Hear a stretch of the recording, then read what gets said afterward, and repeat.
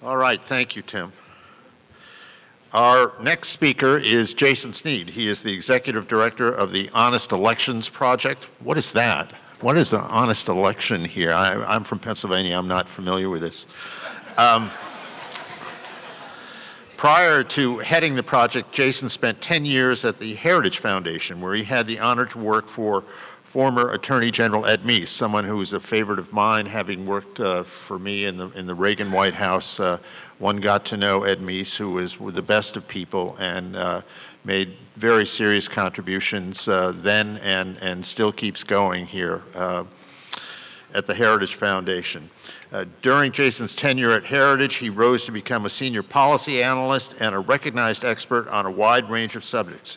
He regularly studied, wrote, and spoke on topics ranging from criminal justice and civil asset forfeiture reform to technology policy and the regulation of drones in American skies. Maybe we could get drones in voting booths here just to keep an eye on things. So without further ado, here is Jason Snead.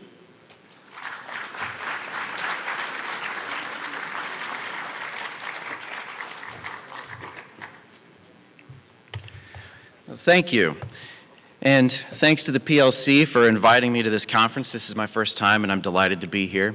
I'm also very glad to see that we're focusing so much attention on the crucial issue of election integrity. After all, elections are the cornerstone of our republic, and right now they are suffering from a credibility crisis. At the Honest Elections Project, we are doing everything we can to reverse that trend, and I know the people in this room feel the same way. We have a simple mission: to make it easy to vote and hard to cheat. We use advocacy, public engagement, and litigation to advance that common sense goal. And before last year's election, we were engaged in the courts and in the court of public opinion to defend the rule of law and the basic safeguards that ensure that we do not have election fraud and give voters the confidence to know that their ballots are being counted and that elections are fair and accurate. The truth is, the 2020 election was unlike any other. It was marred by confusion, by haphazard changes to voting laws, and a progressive legal blitz of unprecedented scope, more than 200 lawsuits before the November election, all used to try to use the court system to undemocratically weaken the voting safeguards and skew the rules for partisan advantage. Today, millions of Americans harbor grave doubts about the legitimacy of future elections. Voters are asking basic questions. Why is it so difficult for the world's greatest democracy to run a smooth democratic election? Why can I track an Amazon package across the globe, but I can't track a ballot across a single county? And why is it okay to ask for ID to buy a beer, board an airplane, or to get a COVID vaccine that might save my life, but it's repugnant if you ask for one to vote?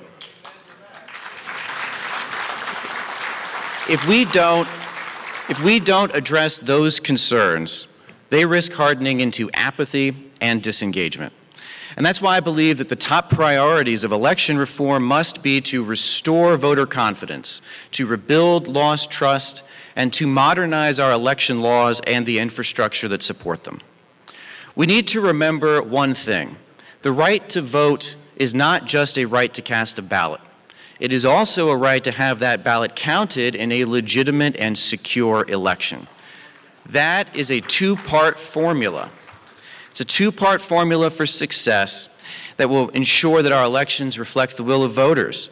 Access and integrity are equally important, and the election system that gives us both is the one that works the best. Access, after all, is crucial if we're talking about a credible and inclusive democracy. Fortunately, we've made tremendous gains in the last half-century to rectify the injustices that once closed the ballot box on the basis of race. The results of that work, I say, speak for themselves. Recent elections have set turnout and diversity records. In fact, in 2018, the electorate that year saw an historic surge across all racial demographics. Black turnout even outpaced white turnout. You don't read that too often in the media. Many activists would focus this conversation exclusively on convenience, but we know there is that second component, integrity. No matter what you read in the New York Times, there is fraud in every election. Just last year in Paterson, New Jersey, that city was ground zero for a fraud scheme that involved an attempt to rig a municipal election. And today, 4 people, including a city councilman and a councilman-elect, are under indictment. In 2018, a North Carolina congressional election had to be redone when vote traffickers tampered with or destroyed hundreds of ballots, disenfranchising voters in the process. There are many, many more examples of proven fraud in recent years. I don't bring this up to question the results of last year's presidential election, but merely to make the point that we cannot take the security of our elections for granted. The public has a right to know that steps are being taken to safeguard the process, just the same as we can expect public officials to tackle other forms of public corruption. In 2005, former President Jimmy Carter led a federal election commission that noted, and I quote, "The electoral system cannot inspire public confidence if no safeguards exist to deter or detect fraud or to confirm the identity of voters." Well, progressives should listen to Jimmy Carter.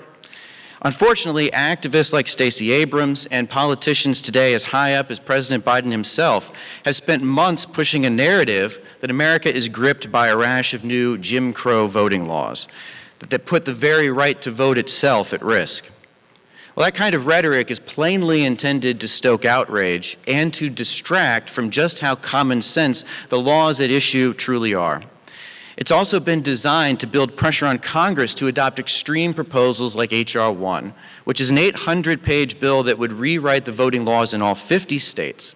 Among its many unpopular and, dare I say, unconstitutional provisions, the abolition of voter identification, the legalization of unrestricted vote trafficking, and the elimination of the most basic common sense safeguards for absentee ballots. Joe Manchin committed last week to preserving the filibuster, so for now that legislation appears to be dead. But progressives are already shifting to a new strategy and pushing the next bill, H.R. 4, the Voting Rights Advancement Act. Just like H.R. 1, this new proposal would let Washington grab control over state voting laws and empower bureaucrats to play politics with our elections and veto the most basic safeguards in voting. Advocates at bottom say it is too hard to vote in American elections and that states are deliberately trying to make it harder. Don't buy it. It has never been easier to vote. States have gone out of their way to make voting more convenient. In fact, last year, 94% of voters told researchers at the Pew Foundation that it was easy or very easy to cast a ballot. It's important that voting be easy, but there is more to it. The media loves to frame election reform solely on the basis of whether it expands or restricts access to the vote. But that adopts a one-sided equation, and it ignores the other half of that voting rights equation, the right to a secure process. In fact, it reduces it at best to an irrelevance, and at worst, as a smokescreen for voter suppression. But if we let the right to vote become exclusively a right to cast a ballot and increasingly a demand to count every ballot that arrives, even if it does not comply with the law or arrive by legal deadlines, the result will only be more chaos and less clarity in our elections. The activists who push that line of thinking the hardest insist that making voting more convenient will increase turnout.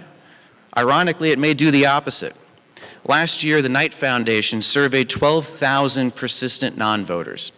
The reason that these people have checked out of democracy has nothing to do with how difficult voting is. In fact, they overwhelmingly said it was easy to vote. Rather, they have, per the survey, quote, a lack of faith in our election system, coupled with, quote, serious doubts about the impact of their own votes. Eroding the mechanisms that preserve the integrity of the vote may only deepen their concerns and drive more Americans into the non-voting camp. In fact, earlier this year in Congress, New Hampshire's Secretary of State, Bill Gardner, the longest-serving Secretary of State in history, and a Democrat, by the way, told senators in Washington that convenience does not automatically drive turnout. In fact, he looked back across decades of data and compared voter turnout in New Hampshire to Oregon, which has all vote-by-mail elections. Before Oregon made that switch, Oregon led New Hampshire in turnout. after New Hampshire has taken the lead. In other words, there is more to voting than just ease and convenience. That's why we need to balance access with security. Another way to put that is that we should be making it easier to vote and harder to cheat. That is the direction that most Americans want. For all its fire and noise, the activist left is out of touch with most voters. Believe it or not, there is a bipartisan consensus on election issues. By overwhelming margins, Americans reject making voting easier at the expense of the protections of the process. By a 3-to-1 margin, voters want to add safeguards to enhance voter confidence rather than eliminate them to make it easier to vote. That gives us a cardinal direction for voting reform. Voters want an election system they can trust, with clear and consistent rules, fair safeguards, and accessible practices. So when it comes to election integrity, there are a few best practices that we believe every state should adopt. First up, voter ID. Despite years of work trying to convince Americans that asking for ID is discriminatory, more than 3/4 of voters today support photo ID laws, including, and that includes majorities of Black and Hispanic voters. In other words, the left cannot even convince the ostensible victims of these policies that they are actually discriminatory. And despite persistent claims that voter identification laws depress turnout, we know that's not true. There is empirical evidence to resist that. In fact, in most states, when you adopt a voter ID law, turnout goes up. Mail-in voting needs greater safeguards. For example, mail-in ballots should have the same voter ID laws as in-person ballots. 2/3 of voters favor that. Complying with an ID law in that context is as easy as writing a driver's license or a social security number on a ballot. ID laws cut down on the risk of fraud and the risk that ballots will be mistakenly rejected. That's a win-win. Unsolicited mail ballots should never be mailed en masse. And deadlines for voters to request them, deadlines for voters to request ballots need to be shifted back far enough before Election Day so ballots can be mailed to them and mailed back. The alternative approach, moving the deadline forward and then accepting late ballots, unnecessarily risks delaying election results and only complicates the jobs of overworked election officials in the busy final days of voting. Pre-processing of ballots can also help expedite results, too. Organized vote trafficking by political operatives should be barred. The Carter-Baker Commission I mentioned earlier recommended that be done 15 years ago because it is so obvious that there are opportunities for abuse and intimidation and coercion when you put political operatives with a vested interest in the outcome of an election in direct contact with voters and let them take possession of their ballots without supervision. It's time to end that practice once and for all.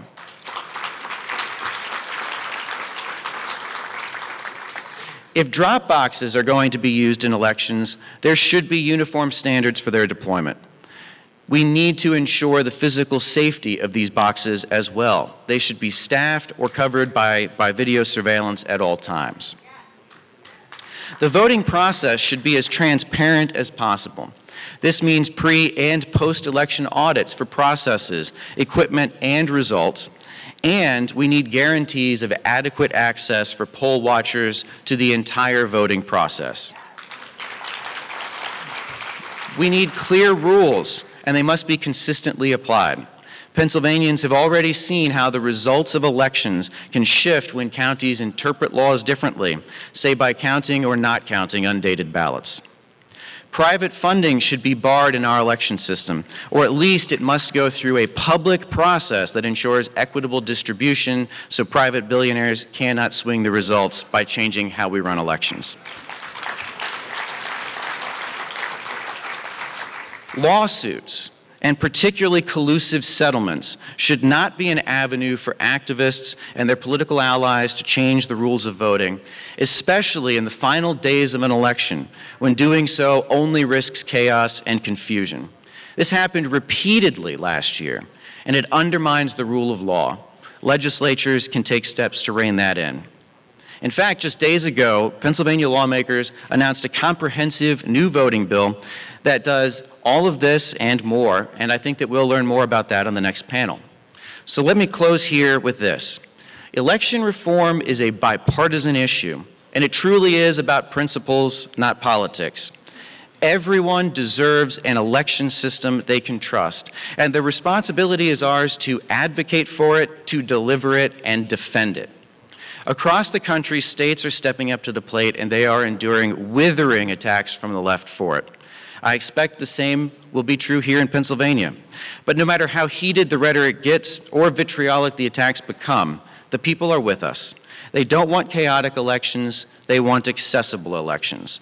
In other words, they want it to be easy to vote, but hard to cheat. Thank you.